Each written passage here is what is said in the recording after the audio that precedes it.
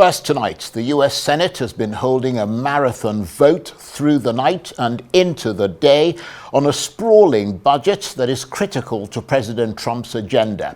But the spending plan has just passed in the Senate after the Vice President, J.D. Vance, cast the tie-breaking vote. Republicans who control both chambers of Congress were split over how much to cut welfare programs in order to allow record tax breaks in the One Big Beautiful Bill Act. Meanwhile, Donald Trump's former advisor Elon Musk has again stepped up his criticism, attacking the legislation which the president wants passed by the 4th of July. Mr. Musk has condemned the bill as insane. He again threatened to set up a new political party in response. The Trump administration wants to extend tax cuts from his first term and boost spending on the military and border security and slash some health care payments. Doge is the monster that might have to go back and eat Elon. Wouldn't that be terrible? He gets a lot of subsidies, Peter. But Elon's very upset that the EV mandate is going to be terminated. And you know what? When you look at it, not everybody wants an electric car. I don't want an electric car. I want to have maybe gasoline, maybe electric, maybe a hybrid, maybe someday a hydrogen. If you have a hydrogen car, it has one problem. It blows up, you know. Now he's upset that he's losing his EV mandate. And he's very upset about things, but you know, he could lose a lot more than that. I can tell you right now. Hey, Elon can lose a lot more than that. Well, joined now on the line from London by the international affairs analyst, Dr. Marek Lazciewicz. Good to see you, Dr. Lazciewicz. Just outline for us the reasons why some Republicans oppose this bill and consider it to be bad policy. There seems to be a sense that in addition to immensely increasing the deficit, the bill is going to take money from people who literally don't have it, and that money is going to be transferred to the richest people in America. Yeah, broadly speaking, that criticism is indeed correct. But it misses, I think, the central point of why this bill is going ahead and why President Donald Trump wants it. To be fully accurate, you have to bear in mind his strategy was to reduce government spending and with the money thereby saved, bring in tax cuts which would stimulate growth, and that growth would be also supported by the tariff wall, which means there will be less or fewer cheap imports with which American businesses will have to fight, which would increase employment, increase profitability, and at the end of the day would result in a booming America, which later on, presumably, could afford to increase some government spending. There are two central problems why there's rebellion. One, it's what you've just said now. There is a feeling that this bill is just taking money from the poor and giving it to the rich. As I said, that's not the goal. The goal is to encourage people to set up in businesses, to work, to take risks. However, there is also an element of that can be no doubt whatsoever, because people already are making lots of money, will therefore make more money still. So that criticism is justified, although does not wholly cover the situation. Number two, the cost cutting that he's done hasn't been really effective up to now. The DOGE has made some cost cuts, but clearly not enough, which is why there are going to be cost cuts in this bill. And number three, there is a central problem. The American economy is on the verge of bankruptcy. The American government is. Now, the tariffs also made sense because America was running a huge trade deficit, which you can't really afford to do. The DOGE work made sense because it was an attempt to reduce the government budget. And now all of a sudden, he's making this huge slash in revenue, which in effect will mean that the deficit will grow and America actually can't afford a much bigger deficit. As it is, the government occasionally has to keep raising its budget ceiling That is to say, its debt ceiling, because it literally cannot afford to repay the debt.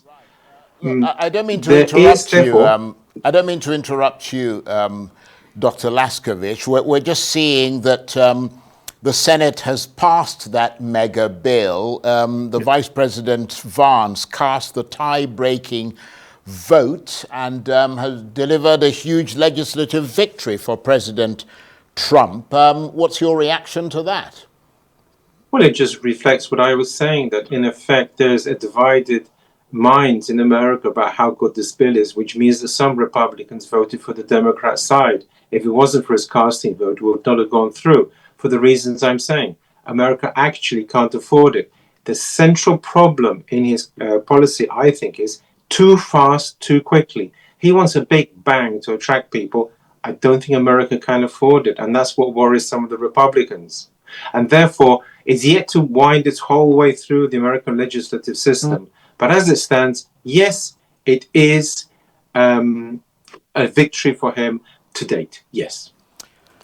And I mean, we saw the world's richest man, Elon Musk, roundly opposing this bill, calling it insane. He's saying he'll back politicians to run against the Republican members who vote for this bill come the midterm election next year. I mean, how much does that leave Republicans in Congress stuck between a rock and a hard place? Well, to be honest, he's not really important politically because only the president is. So not so much stuck as Donald Trump now has yet another enemy on his hands. Of course, the reason why Elon Musk doesn't want to do this is because there'll be cuts to any sort of subsidies for green stuff. And that, of course, will include Tesla. So Elon Musk is against it. But as I said, politically, it's not very important. And it's going to be even less important when you realize he was one of the team once that supported all this. I mean, Donald Trump's big, beautiful bill wasn't dreamt up overnight when he was at home. It actually has been part of his policy. It is the central part of his policy and has been right from the word go. So therefore, Elon Musk is suddenly saying no when he used to say yes. And many people interpret this nothing more than politics, if you like, a breakup of a marriage there. That Elon Musk is now saying no where he used to say yes, simply because he doesn't like Donald Trump anymore. And of course, for the president, he wanted this bill passed by the 4th of July. That has clearly happened now. So even though it went down to the wire and only literally sort of scaled through as a result of a tie-break vote by his vice president, I mean, it is a victory for him, and he will portray it as such. Oh, yes, yeah, it is a victory for him. Let's be quite clear. I mean, he's by no means the first government, and I can point out to you British governments where legislation has gone through by one vote. At the end of the day, in Parliament, it doesn't matter how big the majority is. It's just that it was a majority to get the bill through. And Donald Trump, being a politician, will know how to massage and present and show this as a huge, stunning victory. So therefore, yes, yeah, about 4th of July, I'm not sure that timetable is on. However, what is clear is that it was a victory. Well, I mean, the package, from what I understand, also faces challenges in the House of Representatives due to sort of deeper cuts to federal Medicaid spending and also something to do with clean energy tax breaks and changes to a deal to raise the cap on state and local tax deduction. So it's not out of the woods yet. No. That's why the 4th of July really does not, I think, it's not a realistic target. However, in the same way he made it just now, he can make it again. There are enough people willing to vote for him, to back him. And yes, there are many arguments against, actually some of them are, because there are always arguments against every piece of legislation.